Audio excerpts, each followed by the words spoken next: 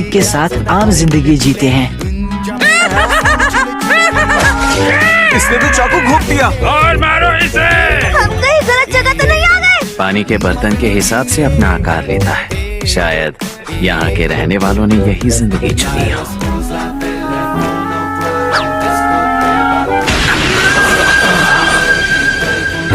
एक बात बताओ, क्या यहाँ आसपास कोई ऐसा पेड़ है जिस पर मैं फांसी लेकर अपनी जान दे सकूं? क्या तुम इतने अजीब कैसे हो? अभी के लिए चलो चलकर इस शहर के मेयर से बात करें।